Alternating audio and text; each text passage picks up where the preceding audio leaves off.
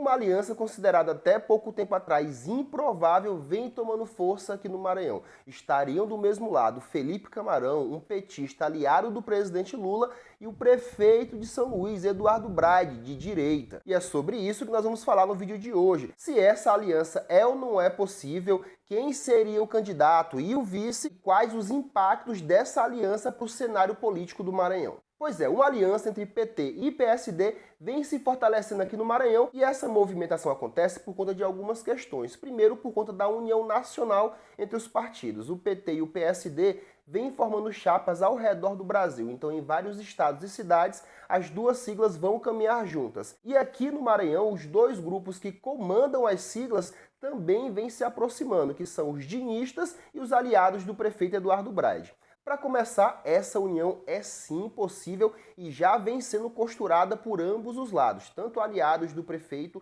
como aliados do dinismo vêm nos bastidores costurando essa possível aliança. Lá na Assembleia Legislativa do Maranhão, essa união já é consolidada, tanto que o Fernando Braide, o irmão do prefeito de São Luís, faz parte do bloco parlamentar dos dinistas, que inclusive é comandado pelo Rodrigo Lago, do PCdoB. E essa união pode até parecer contraditória no início, mas essa aliança entre esquerda e direita só é possível porque existe hoje uma ameaça maior, que é a continuidade da família Brandão no poder, dando início a mais uma oligarquia no Maranhão, logo após a gente derrotar uma oligarquia de 50 anos da família Sarney. Então, tanto para a esquerda como para a direita, o maior prejuízo é a família Brandão continuar no poder. Por isso que essa união não deve trazer grandes prejuízos ideológicos para nenhum dos lados, porque entre direita e esquerda e uma oligarquia, o povo sabe muito bem qual inimigo combater. E não seria a primeira vez que isso aconteceria no Maranhão. Temos um exemplo recente muito importante, que foi o do próprio Flávio Dino. Ele, de esquerda, do PCdoB, se uniu com um vice, um empresário de direita no PSDB, e juntos derrotaram a oligarquia Sarney. E esse empresário era justamente o Carlos Brandão. Então os dois partidos, o PT e o PSD, podem se unir sim. Só que, como é natural da política, as duas siglas querem indicar o cabeça da chapa, as duas siglas querem indicar o candidato ao governo. Então, até abril do ano que vem, os partidos vão tentar se consolidar para indicar o seu próprio candidato. E no caso de uma união, aquele candidato com mais condições de derrotar o grupo Brandão seria o escolhido pelo grupo. E agora, já falando um pouco de composição, muita gente diz que o nome do Braide seria o nome natural por conta das pesquisas. Mas vamos lá, os números das pesquisas são sim importantes, mas essa é uma questão muito mais complexa que envolve vários outros fatores. Ninguém decide candidatura pensando só em pesquisa. Tanto que mesmo que o Braide esteja super confortável em todas as pesquisas, vários outros fatores podem transformar essa candidatura dele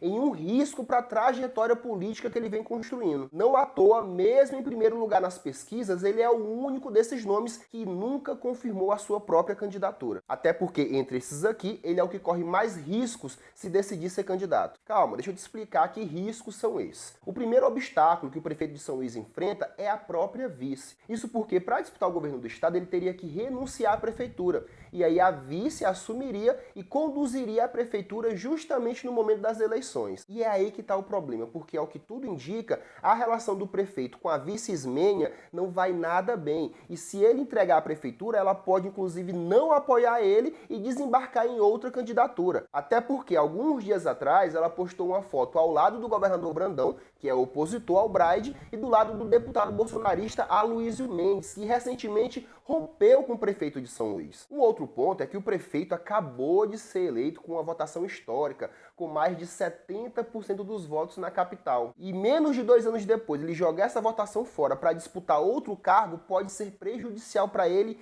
especialmente em São Luís, onde ele tem a sua maior capacidade eleitoral. Isso porque, para disputar o governo, ele tem que renunciar, e mesmo que ele perca, ele não pode voltar à prefeitura. E aí não teria como terminar o mandato que o povo deu para ele. E aí nisso ele ficaria pelo menos 2 anos sem mandato, o que é tempo suficiente para ele definhar na política maranhense. Vamos lembrar aqui do prefeito Edivaldo Holanda, que cumpriu 2 mandatos com altos índices de aprovação. Quando encerrou a sua gestão, ele ficou 2 anos sem mandato, e quando voltou a disputar o governo do estado, ele não chegou nem a 4% do voto. Não foi o mais votado nem na capital. E assim, gente, o eleitorado de São Luís é apenas 10% do eleitorado do Maranhão. E mesmo que o Braide apareça bem também no interior, Os prefeitos e os vereadores têm uma capacidade de influência muito grande nas cidades. E a máquina do Estado, o rolo compressor do Estado, ainda não começou a rodar no interior. E os prefeitos não começaram ainda a usar as prefeituras e o seu poder para pressionar o voto nos seus aliados. Então, nesse momento, os prefeitos e vereadores estão apenas esperando. Vale lembrar que nessa mesma época, na última eleição,